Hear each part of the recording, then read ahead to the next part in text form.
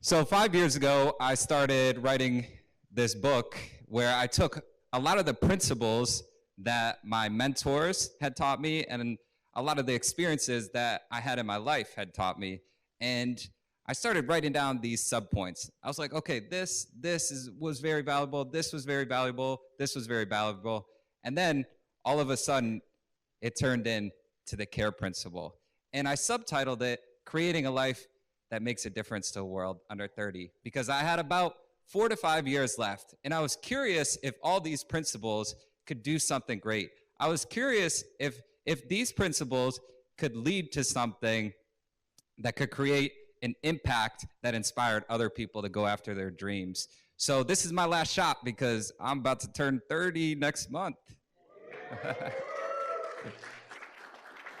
So growing up, I was the average guy. I was short, I was skinny, and I was somewhat athletic. I was like good at sports, never great. I was good at school, but I was never great. And I always wondered what it took. Like, what did it take to be great? What did it take to be the Muhammad Ali's? What did it take to be the Shaquille O'Neal's? And then one day in college, I had to go to this mandatory seminar. And it talked about this one simple concept. This guy said, I wanted to be the best in the world at what I did.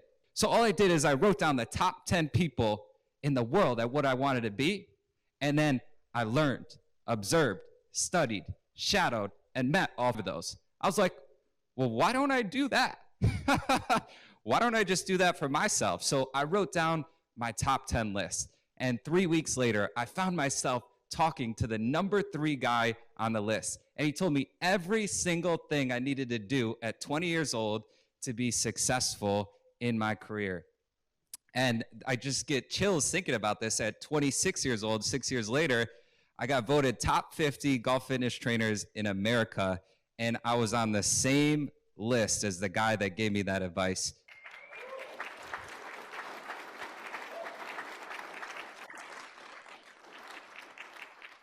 And you would think, oh, like this feels amazing. And we were talking about this in the Platinum Breakfast, but it was the loneliest day of my life. I was like, wow, I chased after my dreams for 9 years, going all over the country, trying to figure out how to learn from the best. And I was not fulfilled. So I was like, but now that I understood the process of success, I was like, okay, let me take some time to think about this. The next mountain I climb, what do I want that to look like? What do I want that to feel like? And I said, you know what? I want to climb a mountain with a massive group of people. And I said that day, I am going to go after Warm Heart Life, and we're going to inspire, we're going to impact, and we're going to create some great things together. And I formed this company off a simple concept of 4 core values. And I studied Amazon, Pandora Jewelers, Starbucks, Walmart, all the top companies in the world. I said, I don't know what my product is. I don't know what my service is, but I'm going to start a company based off the most successful companies in the world, their core values. I'm going to see where it goes because everybody needs a warm heart. So the first one is creating opportunities for yourself and others. In the Platinum Breakfast, I said, this is our number 1 core value. And we have a stage right here. And we have some people that have invested quite a bit in me, like John Mendez. And thankfully, he got an opportunity to come on stage and ask a question. So here are some different ways you can create opportunities for yourself and others.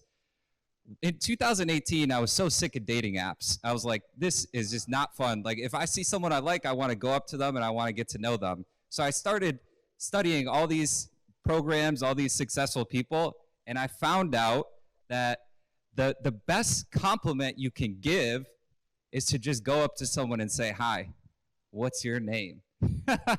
Because it shows respect. It shows interest. So me and my brother are in Las Vegas, and we probably had a couple too many margaritas the night before, and during the lunch hour in the conference, we just wanted to walk around. We're like, we want to walk around the casinos of Las Vegas. And there was a big political convention going on. And this girl right here, whether you like her or not, I have a lot of respect for her. She was just sitting there outside with her dad waiting to get lunch. So I was like, oh, well, the best compliment you could give is just to go up to someone and say hi. So I said, hey, I just want to thank you for inspiring our generation to go after their dreams. And she stands up and she goes, hi, my name's Tommy. What's yours? And we had probably a 10-minute conversation that day. And I could see what she had been through pursuing her dreams to get on Fox and to do all the things that she's doing. And that was the first time I looked into someone's eyes. I was like, wow, this girl gets exactly what I've gone through, and I get exactly what she's gone through, even though it's two totally different careers. But that never would have happened if I didn't understand that the best compliment that you could give is just to go up to someone and say hi. So this is I refer to him all the time. I have a lot of mentors. This is my main mentor. His name's Tom. And I went to my first speaker school in 2018. And to me, I was mind blown. I was like, wow, you can actually become a better speaker if you do these little things. And I wrote him a thank you card. So I see him a month later. I didn't even think he remembered me. And he comes up to me. He says, hey, Brandon, it's good to see you. Why don't you give me a call sometime? I can help you. I'm going to cut you a deal so it's affordable.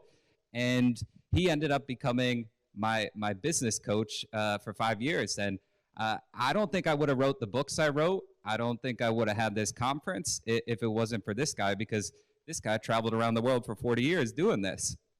And that thank you card created that opportunity for him to work with me at a lower rate and really invest his time, energy, and effort into me at a young age. So we're going to the Palace tonight. It's like, okay, Brandon, how did you possibly pull that off? Well, I asked Mike Moran, the president and CEO of the Palace Theater. I said, why did you do this with me? He said, well, you made it easy for me. He said, you said all the right things, you did your research, and I was like, you know what? You really seem like a genuine guy. You're putting in all the effort. Let's do this. Let's give this a shot. So if you can make it easy for people, more opportunities will be created for you. Now, the second core value that I believe is important to creating a life that makes a difference to the world is to live an active lifestyle through your words and your actions. But I'm not just talking about physical. I'm talking about the consistency that it takes to be able to achieve something great. So Guillory asked me, he's like, dude, how did you pull off an event like this? I said, in September, I said, Monday through Friday, I'm going to make 10 touches a day. And then on the weekends, I'm going to figure out a way to promote the event that's creative. And I did that for 7.5 months straight. And that's how this happened today. Come on. I've been waiting a long time for this energy. Let me feel it.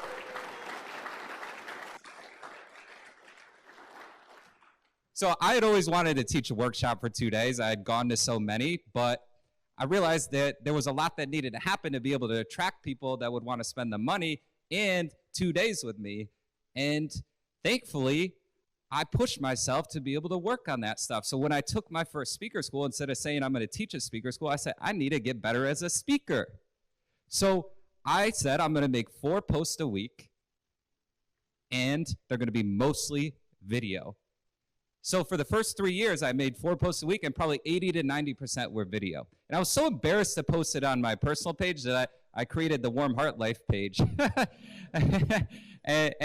And people started saying, like, Brandon, like that, like I would talk to girls at the bar. I would meet my college buddies out for drinks that I hadn't seen in a while. They'd be like, hey, that video you made, that was really helpful. Thank you for making that. I was like, okay, I think I'm going to need to keep this going. I think we're on to something. And so now for 4.5 years, there hasn't been a week that has gone by that I haven't put 4 posts on the Warm Heart Life page in that week. So it's important to understand that when you take care of yourself, then you're going to be able to take care of others.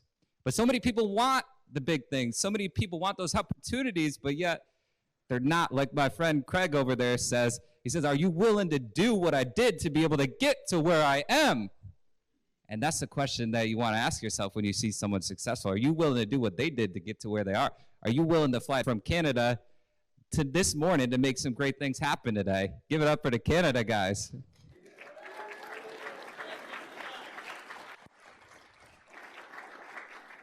So when I was 22, I moved up from West Palm Beach to good old Greenwich, Connecticut, and I found out that the company that I moved up to that I thought was great, the first week I was there, I was like, wow, this is a company that is failing. I'd worked at some of the most successful gyms in America, and it didn't take me much to notice that they fooled me on this because it looked great, it felt great, but But as soon as I spent a week there, I was like, this place is definitely failing.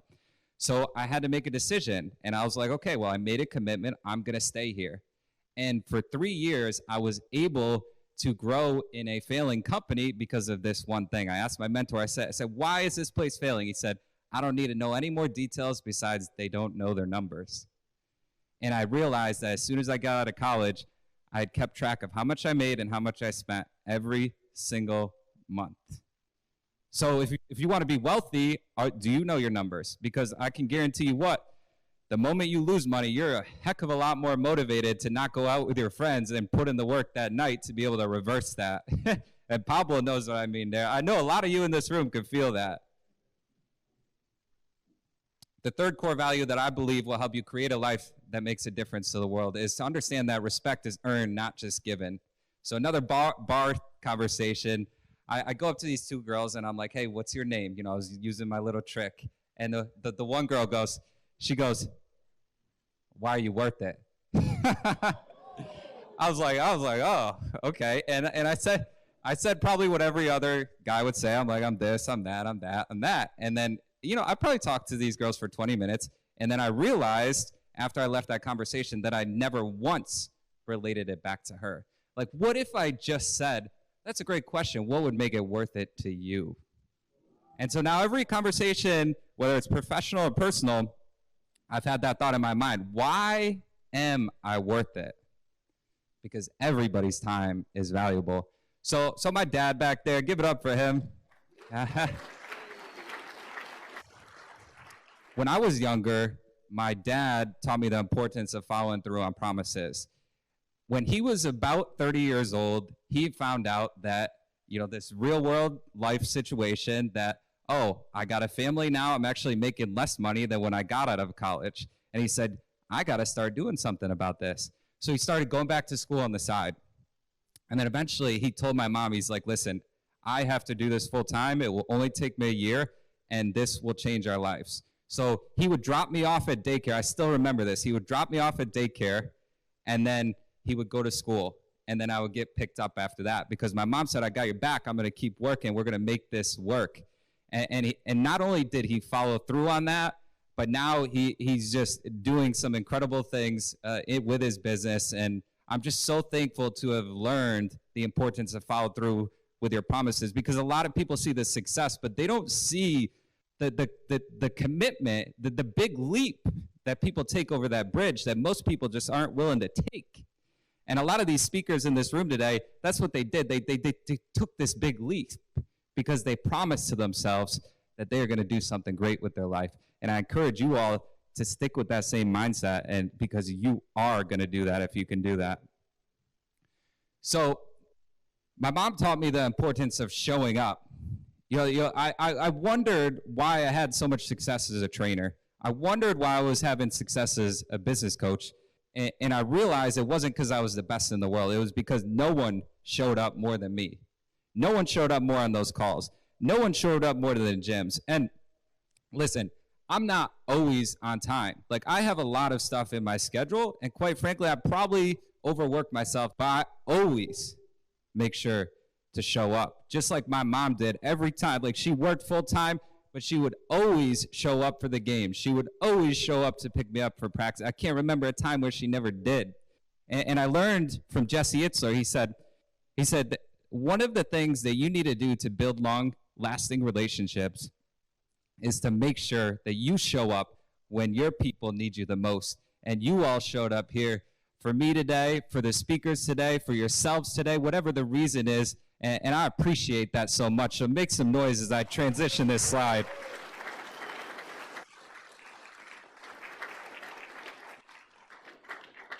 And the fourth core value that I believe will help you create a life that makes a difference to the world is understanding the importance of accelerating forward to get what it is that you want.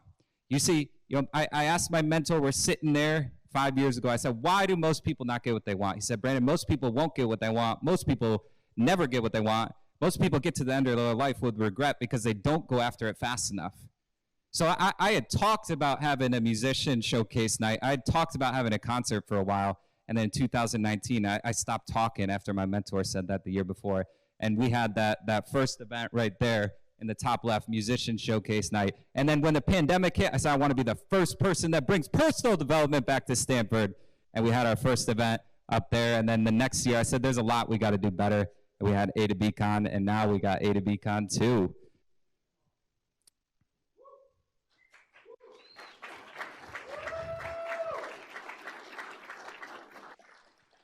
So I bought this program. It was called Ty Lopez 67 Steps. And it was probably 7 years ago. And one of the steps on there was taking time to think.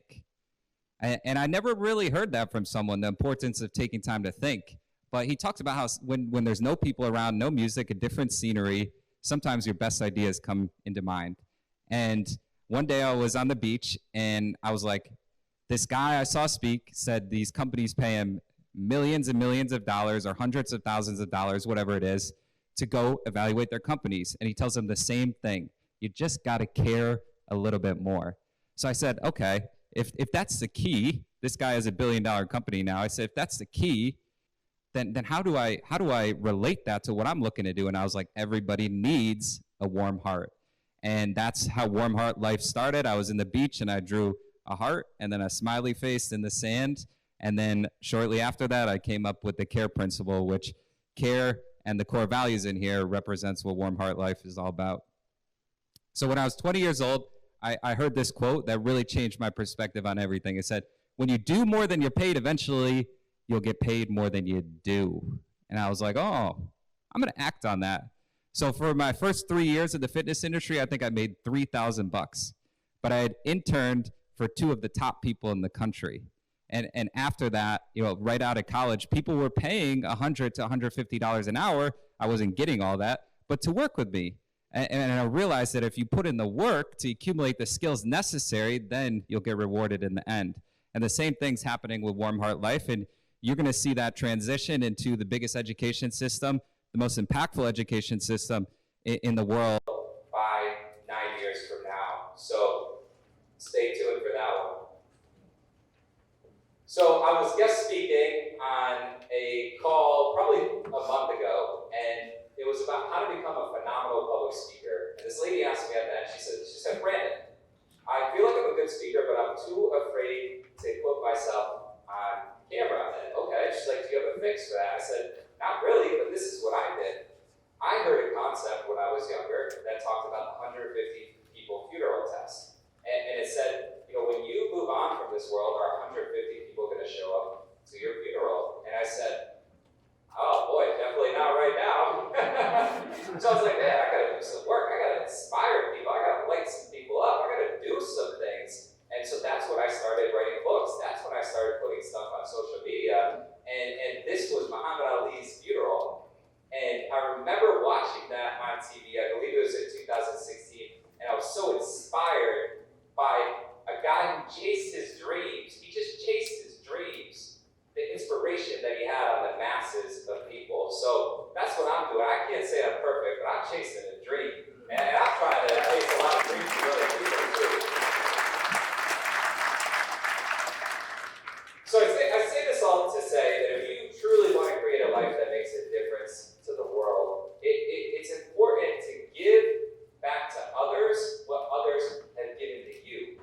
Because you can be that person that plants seeds in the masses that allows them to blossom. So thank you so much for coming here today. You're going to have some incredible speakers. My name is Brandon Gadoris. If I haven't met you, I would love to meet you. And I appreciate you all coming.